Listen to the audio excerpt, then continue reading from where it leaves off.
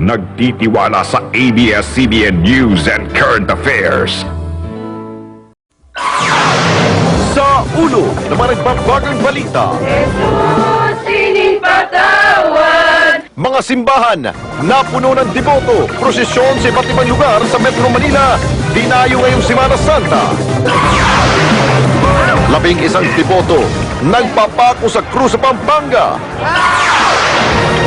Isang salina sa Luzon, may kakaibang panata sa paggunita sa Semana Santa.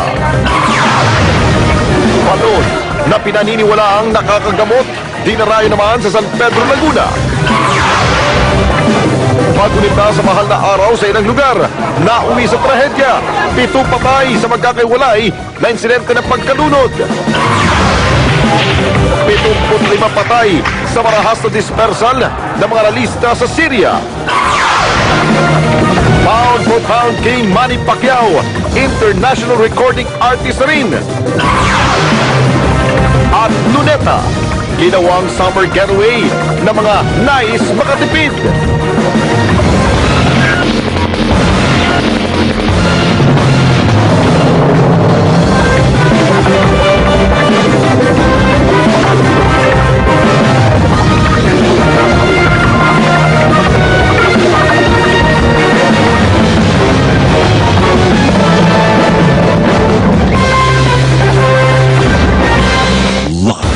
Mula sa ABS-CBN Manila, ito ang TV Patrol Weekend!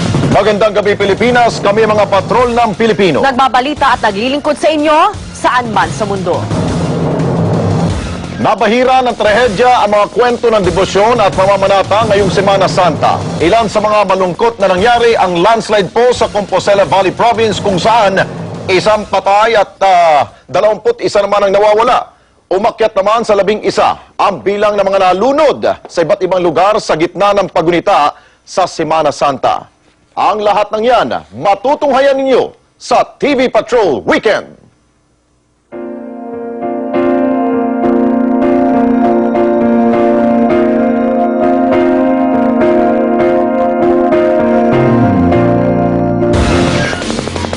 Kapamilya, Sabado de Gloria na, pero hindi pa rin nauubos ang mga pasaherong nais sumabol at bumiyahe sa kanilang probinsya bago tuluyang magtapos po ang bakasyon ngayong Semana Santa.